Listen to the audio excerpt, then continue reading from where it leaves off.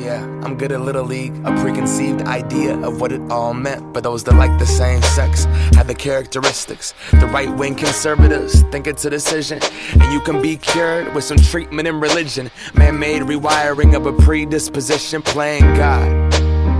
Oh nah, here we go. America the brave still fears what we don't know. And God loves all his children, it's somehow forgotten. But we paraphrase a book written 3,500 years ago. I don't know.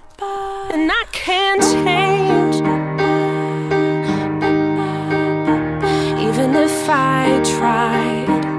1.8% of the American population identify as bisexual. Now that's a 1% I'm proud to be a part of. And I racked my brain as to why.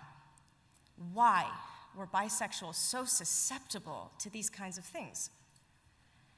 And I figured there was no better person to ask than myself.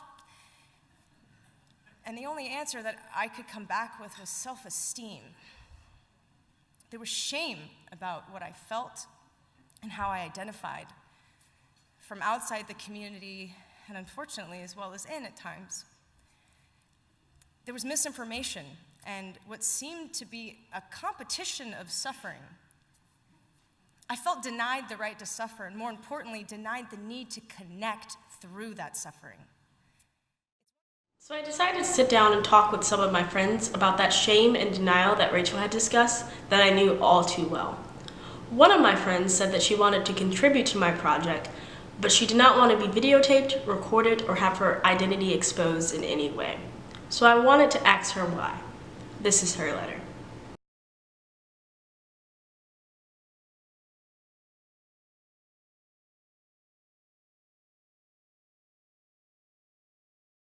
Growing up in an upper-class home, I was a very sheltered child. Despite having gay relatives, it wasn't until I was 14 when I finally understood I had 2 gay uncles and what that meant. At that time, I had what I thought was a perfect stereotypical middle school relationship. But I had a fear of becoming intimate in any fashion. We were together for 9 months before we had our first kiss, for reasons I did not understand. I was highly disappointed in myself. We later broke up after I found him cheating. The beginning of freshman year, I became best friends with a girl in my civics class named Jeanette. Jeanette was a pretty girl that was full of creativity and was without fear to speak her mind. For 2 years, we did everything together. I loved her and so did my family. It was perfect. At the end of sophomore year, I told Jeanette I was bisexual and confirmed to her that I wasn't attracted to her in that way, but that there was another girl, Brooke. Despite my efforts, Jeanette began to act differently around me. She wouldn't greet me with a hug like she used to, or sleep over. Our friendship began to go downhill, simply because I confided in her about my sexuality. From then, I was very scared to tell people about my sexuality. If my best friend couldn't accept me, who would? I began to question if I was really bisexual or if I was just confused.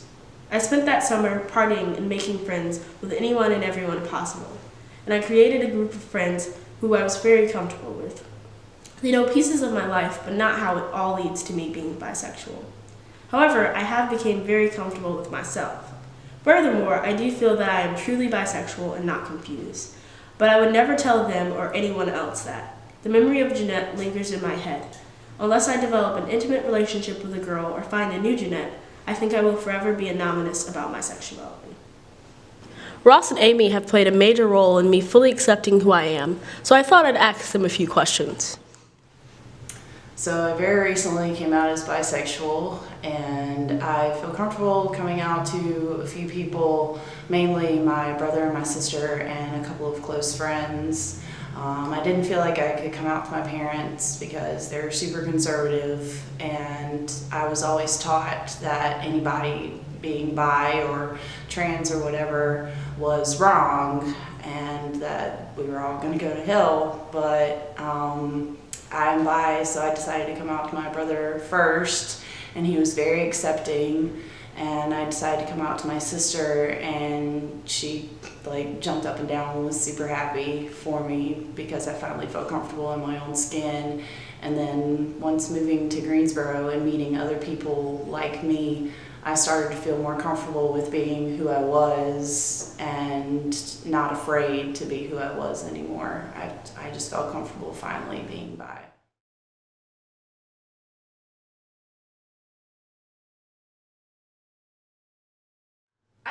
think that they're very accepting of bisexuals. It's always been that, like, if a bi person is dating a guy, they're straight, but if they're dating a girl, they're a lesbian, and this just, they just don't accept us for who we are.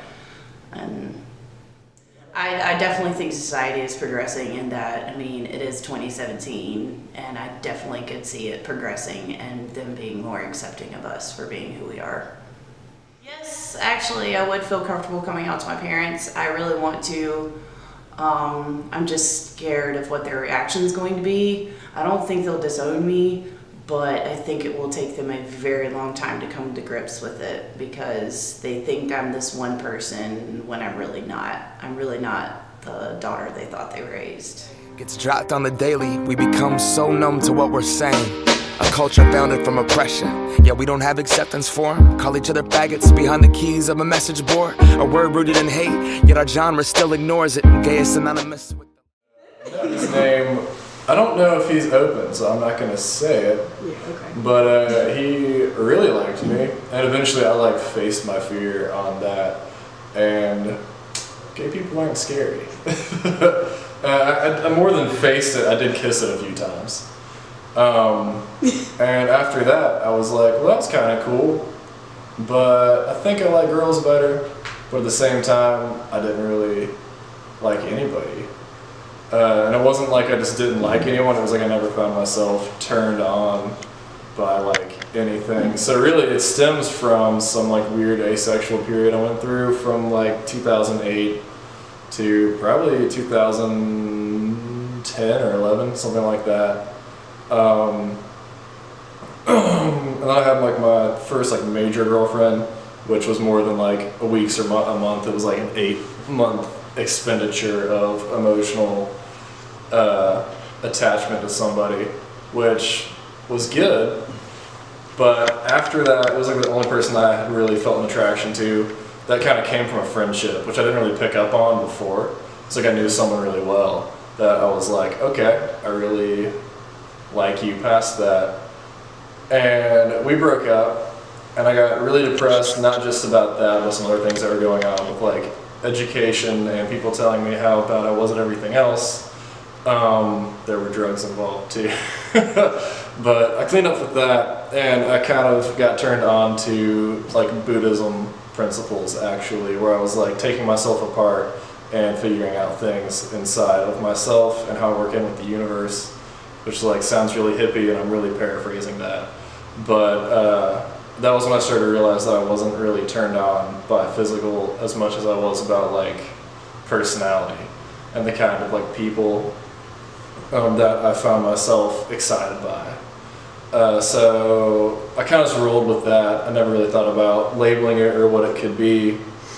And like I said, this whole time, I wasn't worried about my family finding out or anything, so I kind of we have our differences anyway. There's a whole lot of things that I just kind of brush off to the side and don't really worry about them finding out because I'll just come clean if they do. So anytime that I'm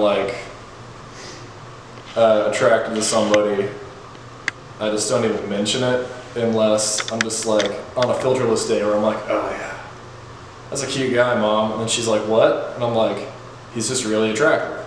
And it usually doesn't go anywhere past that. So, I don't know. But anyway, rolling along with my asexual, pansexual thing, I finally it was really months ago when I finally found out the term pansexual, what it means. I actually thought it meant attracted to inanimate objects for a while. Then I found out that no, it's attracted to aspects, attributes, just kind of things about someone versus what that person is. And that was interesting to find out that as I was on my way out of that, because now I'm just kind of attracted to certain kinds of people, physically included, which is, I don't know, it's cool. But I like boys and girls. So, yeah.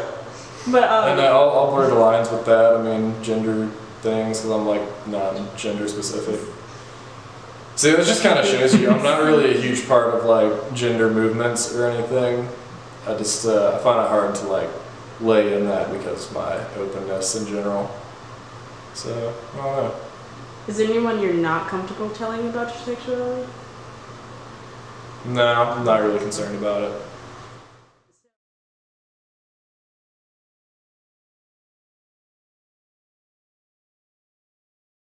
I had a whole lot of people telling me that pansexuality wasn't real, which they're like, that's not a real thing, it's a made-up word. I'm just kind of like, well, so are a lot of words, but it doesn't like change how it exists. So it never really bothered me. It was just kind of like, okay, so you're someone who doesn't listen to logic, and that's about it for me, really.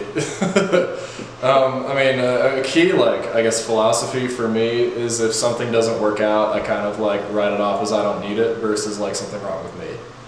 So I don't know if that kind of contributes to how I handle like my own sexuality, identity, and that kind of thing, but that's just like how I treat a lot of things.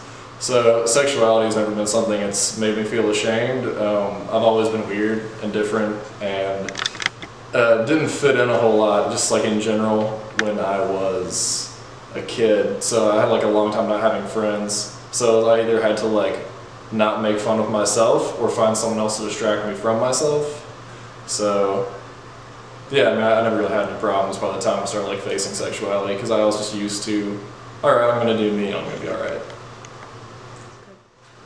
How do you feel society is going to move towards being more accepting, or do you feel like they're going to go backwards, or how do you feel we're going? I think it's a very rocky road. It's a very volatile time for a lot of demographics, a lot of struggles right now. The good news is that humans don't live forever, so the dinosaurs are dying, and just naturally, I think generations are finding new things to get worried about. So eventually, we'll just be worried about things that aren't anywhere close to what we're worrying about today. We might not see it in our lifetimes, but hopefully like our kids or something. So that's what I think of that.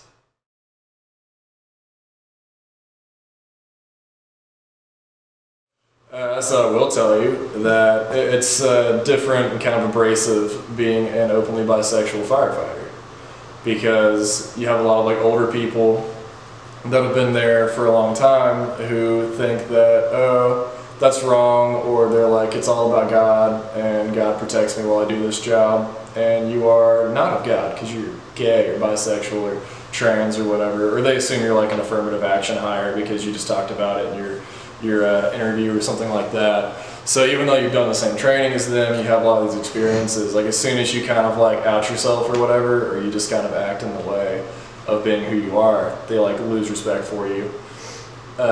Which makes it like hard as a rookie going in, definitely. But, you know, I deal with it, have dealt with it. Doesn't really stop me from wanting to do it.